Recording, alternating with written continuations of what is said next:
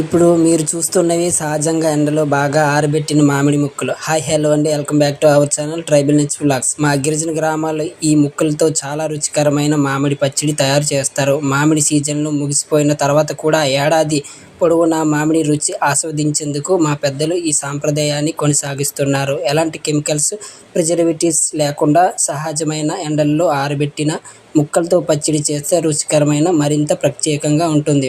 ముందుగా ఈ ఎండిన మామిడి ముక్కలను శుభ్రం కడిగి కొద్దిసేపు నీటిలో నానబెడతాం. తర్వాత వాటి కారం, ఉప్పు, మెంతులు పొడి, ఆవాలు పొడి, వెల్లుల్లి, తగినంత నూనె వేసి బాగా కలిపి పచ్చడి తయారు చేస్తాం. ఇలా చేసిన పచ్చడి గుమగుమలాడే వాసనతో పులుపు, కారం, ఉప్పు సమానంగా ఉండి అన్నం, రాగి సంగటి, జొన్న రొట్టె లేదా వేసవి అన్నంతో తింటే రుచికరమైన ఉంటుంది. మా గిరిజన ప్రాంతాల్లో ఈ పచ్చడి ప్రతి ఇంట్లో దాదాపు తయారవుతుంది. ఈ వీడియో మీకు నచ్చినట్లయితే లైక్